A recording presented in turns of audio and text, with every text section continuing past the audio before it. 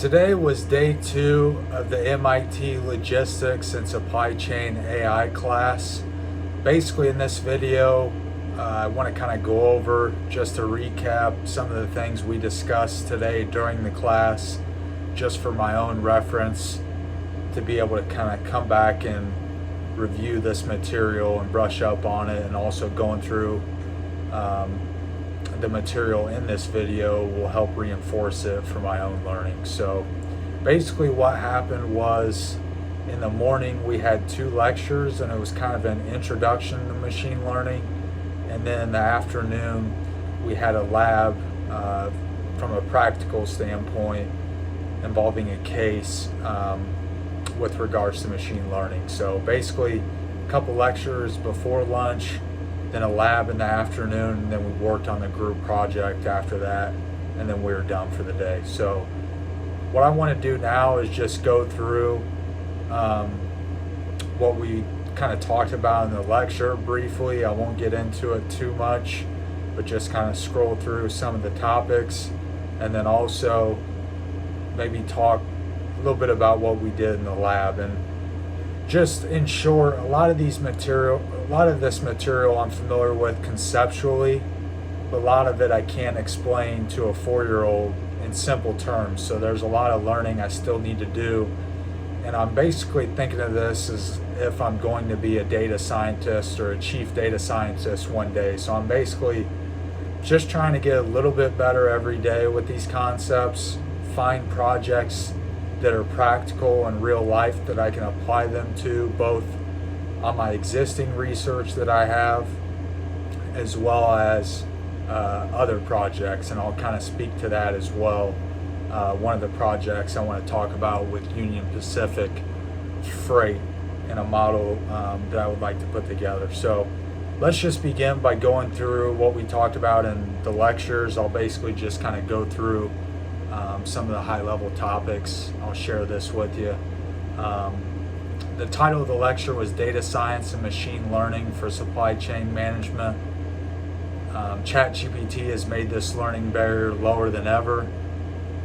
And then you might not become a data scientist yourself, but it's still very useful to know this. And I want to get a data scientist skill set, so I'm definitely approaching this like I'm going to be going in that direction, even though I have a really long way to go. What I was told by the instructors is you need to start somewhere, and that's where I'm at now. I'm at the beginning, pretty much at the bottom. I have a little bit of an understanding of Python, and also took a class on R, but a lot of this stuff is very new, and I'm using AI tools like ChatGPT to help me get up to speed, as well as code, and then oftentimes I'll have it explain the code to me back line by line so I understand the logic behind it. But ultimately, when I'm building my models, I'm directing the logic behind them and then using OpenAI to actually help me write the code for what I'm looking to model out. So in terms of this lecture,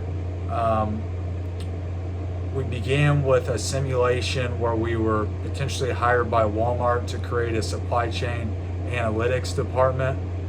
And then basically what they wanted to do was model out some sales data or revenue data. And then we began talking about decision trees, just a basic yes or no.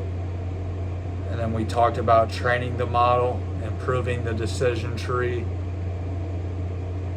and then deeper trees, so multi-level decision trees going from this to this to this, 1 to 2 to 4 to 8, 16, etc. Loading the data, inspecting the data, data types, descriptive statistics, selecting data for modeling, choosing the target variable for prediction, and then building your model. We got into model validation, some metrics in Scikit. Scikit was one of the libraries that we talked about. TensorFlow was also mentioned, although we're not going to work on that till a later class. We also discussed PyTorch and XGBoost as well. And then the metrics in Scikit include mean absolute error, mean absolute percentage error, mean squared error and root mean squared error. Talked about data leakage, the problem with in-sample scores, in-sample versus out-of-sample, under and overfitting with decision trees. Underfitting occurs when the tree is too simple. Overfitting obviously occurs when the tree is too complex. Talked about tree hyperparameters, max leaf nodes. Then we got into random forest. So random forest is an ensemble learning method, combines multiple decision trees to improve predictive performance. It's basically just a lot of decision trees is basically the way I interpreted a random forest, and it's a little bit more complicated than that, but that allowed me to understand that a little easier. It's like a decision tree with forests instead of individual trees. And that's pretty much it with regards to the lecture. Let me think what I'm missing with the lecture. Again, we talked about the Walmart example. Yeah, let's kind of move to the lab. We did this in the afternoon. There was a hypothetical company encompassing about 1,600 products distributed across 10 stores situated in various cities. The data set included specific attributes for each product and store.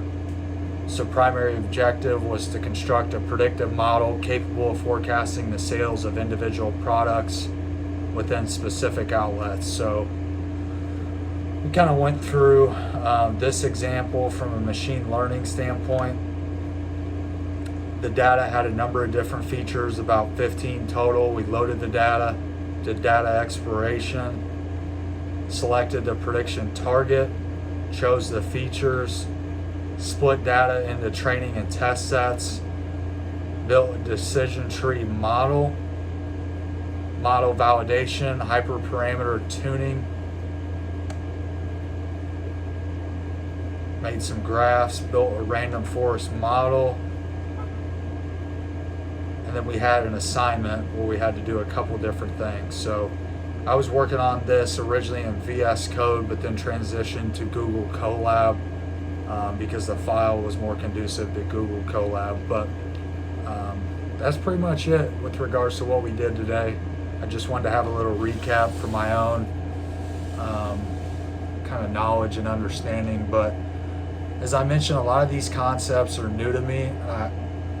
I'm hesitant to say that they're hard, but it's anytime you're trying something new, it just takes a lot of practice. And for me, you know, I used to play a lot of basketball, and I was a shooter, so I would get shots up, and in order to be a good shooter, you have to shoot the ball a lot of times. It's really muscle memory, and I'm kind of equating getting these data scientist skills down to just getting reps and constantly trying to be in it a day. If I were to come to this class and not do any more coding, you know, this would be a waste of time. So this is something I'm going to try to do every day. It's going to be helpful that I have my project dissertation to focus on, and that requires a lot of different model building in Python and hopefully machine learning down the road, and that'll allow me to get more exposure.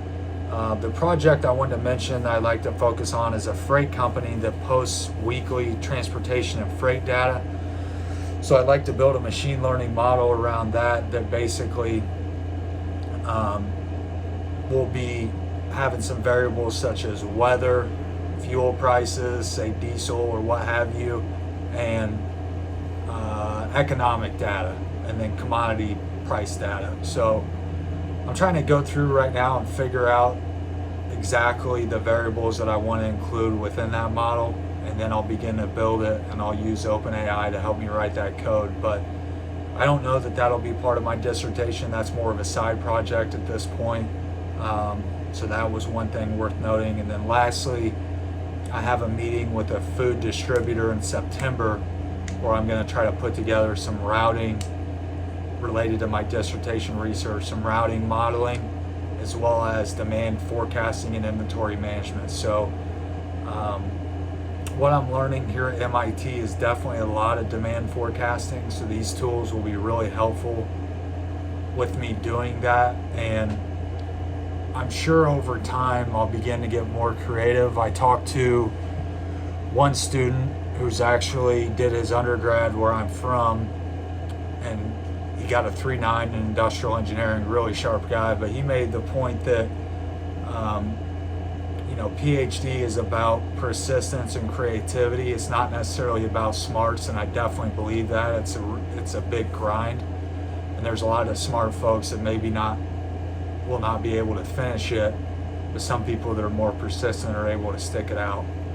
He also made the analogy of when you create these models and papers, you're kind of like an artist. You have to be creative, and a finished mediocre album is better than an unfinished masterpiece. So you want to kind of complete what you start, and you don't want to have something really great but never actually finish or release it. So I found that to be a great takeaway. So this is a couple week long class, and then I stay here for a week after to kind of meet with people. But so far the class has been great. A lot of it's over my head, so I'm just trying to not drown and trying to keep my head above water.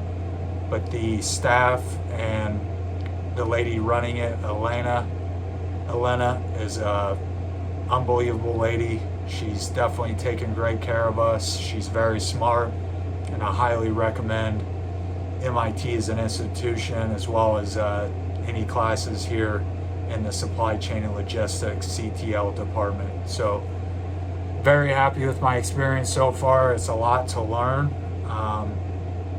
but I'm just going to kind of keep plugging along, and I'll continue to document the journey.